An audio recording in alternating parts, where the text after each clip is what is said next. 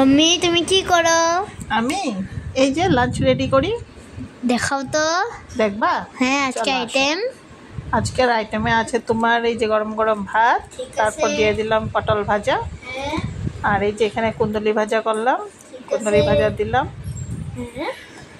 সাথে দুটো ডিমের অমলেট করলাম, অমলেটটাও সাইডে দিয়ে দিচ্ছি। হ্যাঁ, তারপর আজকে করলাম পেঁপে আর আলু মিক্স করে ভর্তা করলাম, পেঁপে আলুর ভর্তা। ঠিক আছে। যেমন গরম পড়েছে না, না রান্না করতে ইচ্ছা করছে না খেতে ইচ্ছা করছে, এই জন্য আজকে এইভাবে রান্না করলাম।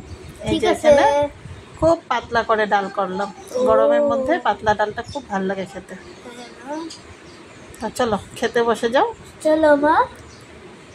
একদম সিম্পল দুপুরের খাবার রেডি। ঠিক আছে? ঠিক আছে মা।